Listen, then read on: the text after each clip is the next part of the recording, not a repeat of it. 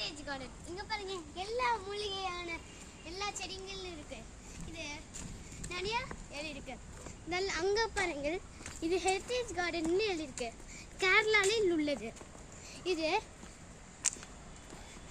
அழகான இருக்குது. இங்க பீஸ்ஃபுல்லா இருக்கலாம். இது ஒரு மியூசியம் பக்கத்துல இருக்கு. திருச்சூர் பக்கத்தில் உள்ள அந்த ஒரு அரண்மனைக்கு அருகில் ஒரு அருமையான ஒரு கார்டன் இருக்குது. அதாவது ஹெரிடேஜன் கார்டன் சொல்கிறாங்க.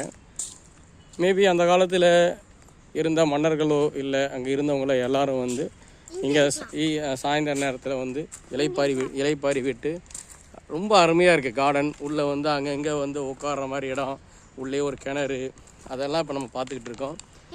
இங்கே இருக்கிற யாருமே இங்கே வந்து உட்கார்றதுக்கு அவ்வளோ வெறும் மரங்களும் அருமையான இடமா இருக்குது. ஆனால் இங்கே யாருமே வரவில்லை. இது டாம்ப் ஆஃப் ராஜா அவருடைய சமாதி இங்கே இருக்குது. இதுதான் டாம்ப் ஆஃப் கொச்சின் ராஜா ஹெச் ராமவர்மாவுடைய அவருடைய சமாதி இங்கே இருக்குது. நம்ம அப்படியே இதை பார்த்துட்டு போகிறோம். இந்த பார்க்கில் இங்கே ஒரு கிணறு இருக்குது.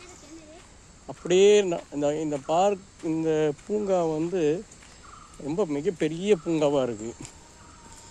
நல்ல அடர்த்தியான மரங்கள் ரொம்ப அருமையாக இருக்குது. அதே போல் அங்கங்கே பார்த்தீங்கன்னா இந்த பக்கத்தில் வந்து போட் ஹவுஸ் இருக்குது. அதுக்கு போகிற படிக்கட்டு இது.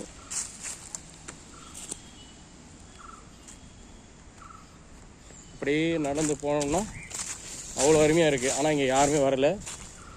பூங்கா வந்து பராமரிப்பு இல்லாமல் ஒரு இயற்கை சார்ந்த இதோட இருக்குது. இப்போ பாருங்கள், இந்த மாதிரி அங்கங்கே வந்து ஒரு அரைவட்டத்தில் கல் இருக்குது. அந்த காலத்தில் அவங்க வந்து உட்காந்து இலைப்பாரி இருக்கலாம். அந்த மாதிரி ஒரு இடம். இப்போ நம்ம இந்த பூங்கா வந்து தயவுசெய்து திருச்சூர் வந்தீங்கன்னா வாங்க. ரொம்ப ரொம்ப அருமையான ஒரு இடம் வந்து பார்க்குறதுக்கு. உண்மையிலே பொழுதுபோகலை அப்படி உட்காரணும் அப்படின்னு நினச்சிங்கன்னா இது ஒரு அருமையான இடம். இங்கே பாருங்கள், இப்போ இந்த கிணத்துக்கிட்ட நம்ம போகிறோம். இந்த கிணறு எப்படி இருக்குது அப்படின்னா இறைக்கிற மாதிரி ஒரு அமைப்பு. அதாவது எல்லாமே அந்த காலத்தில் உருவாக்குனது. இப்போ நம்ம அந்த கிணறை பார்க்க போகிறோம். உள்ள கிணறு இருக்குது. அப்படியே பார்த்தாச்சு. நம்ம அப்படியே வருவோம். நீங்கள் திருச்சூர் வந்தீங்கன்னா அரண்மனை ஒட்டி அந்த பூங்காவில் வந்து அமைதியாக உட்காந்து சாப்பிட்றதுக்கு ரொம்ப அருமையான ஒரு இடமா இருக்குது.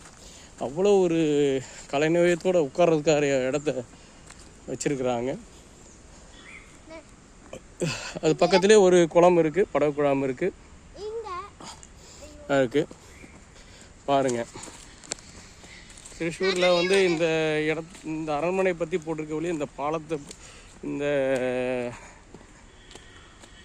இந்த பூங்கா பற்றின எந்த ஒரு இதுவும் இல்லை. அப்படியே இங்கே வந்தீங்கன்னா இங்கே பாருங்கள், இந்த கல் எப்படி வச்சுருக்காங்க அப்படின்னா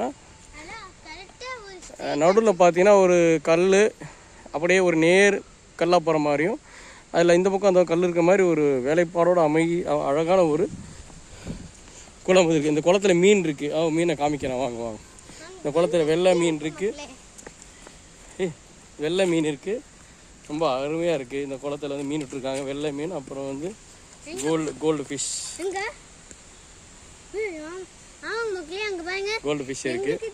ஒரு மயிறு மீன் இருக்குது. அங்கே பாருங்க, கருப்பு கலராக இருக்குது பாருங்க. கோல்டு ஃபிஷ் இருக்குது. அழகாக இருக்குல்ல பாருங்க. உங்கள் வந்து பூங்காவே ஒரு 5 நிமிஷத்தில் ஃபுல்லாக சுற்றி காமிச்சாச்சு. நன்றி. கடைசியாக வந்து நன்றி வணக்கம் சொல்லி முடிக்கிறாரு.